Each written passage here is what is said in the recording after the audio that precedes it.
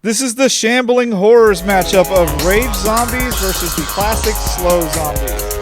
So my question for you two is, if the zombie apocalypse does happen to happen, which it may, which version of zombies are we more likely to get?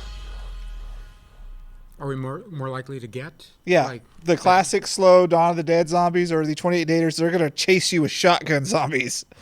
I think we're more likely going to get the slow zombies is what'll arrive, because if it's from whatever means create these zombies, they're not going to be like supercharged like the 28 days later zombies. Yeah. These things, it looks like they're marathon runners. They never seem to get tired. So it's something that whatever the virus that affected them somehow supercharged their lungs to where they can run forever. And they've never, even in all the zombie comedy type of stuff, they've never had that joke. They've never had like a marathon going on where like they've got a bunch of like guys from Somalia and Ethiopia places that then become zombies that are just like doing long distance running. They never have that joke. I'm very surprised because that's an easy joke. It's like, well, because they're always running, going forever. That's what the rage types. They just kind of is like, I don't know where they get the energy or the strength. We were talking about it before, and like, the classic zombie, the kind of shambly type, it kind of goes back to the Gremlins a little bit, where like it's that plague aspect. It starts slow and just builds slow and builds slow and builds slow, and then it's everywhere. The rage guys, a lot of times, I don't know if you can make the argument that they're maybe not actually zombies when it comes down to it. Like if it's an infection or whatever else. If you like look at the Wreck movies, the original ones, not Quarantine, the original ones, and like there's a purely medical aspect to the whole thing.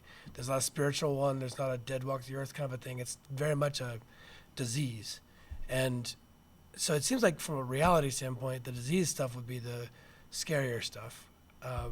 Whereas with the classic zombies, it seems like you're done at that point. Like if you see some dead guy wandering down the street to just kind of crawl out of grave, whatever else. I think we're all kind of done at that point. I think we all just kick back, have a beer, and just sort of wait for it to be over.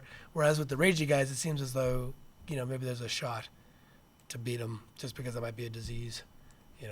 Lack of coffee or I don't know, something. A lack of coffee and they're running? Just what? Yeah, because with the rage ones, once they're dead, they're dead. Yeah, that's the thing. It's sort of it's like they're much more in that kind of like hyper-charged disease sort of thing. Like even the Resident Evil movies, like stuff that gets the kind of bad stuff going on, it still can be, killed. Whereas like if you just sort of have hundreds of thousands of millions of just dead people wandering and even if past, even if it's only part of them, they're still going to be coming after you. Exactly. So you can never, they don't have to have their whole body. Whereas the rage zombies are basically people, infected people that once you kill them, they're dead.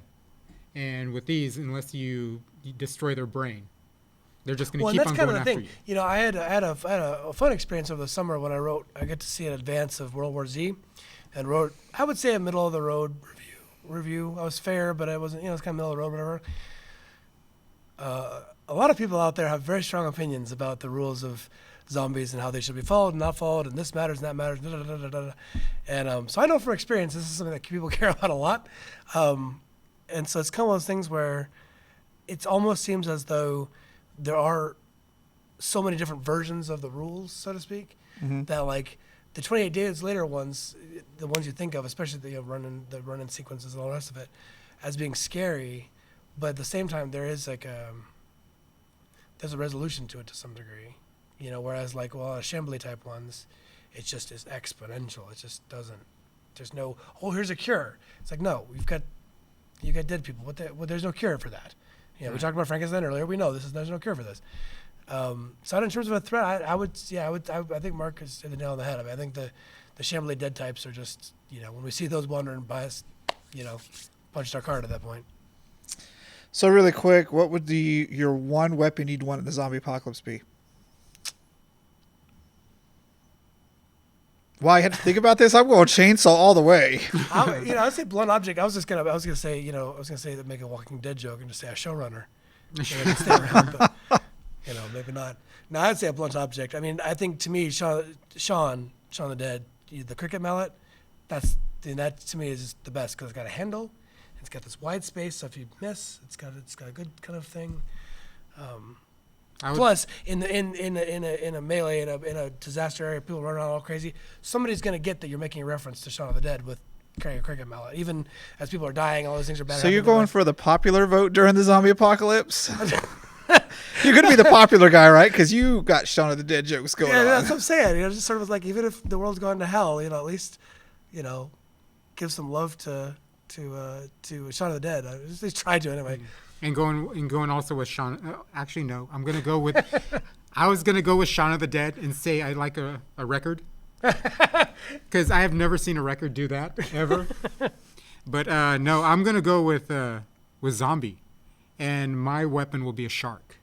Oh, there you go. I'm gonna have a shark on a leash. Awesome. And I'll just take the shark along with me anywhere. If a zombie comes along, the shark will. Oh, I fight love with it. the That's zombie, awesome. And that will be So that. good.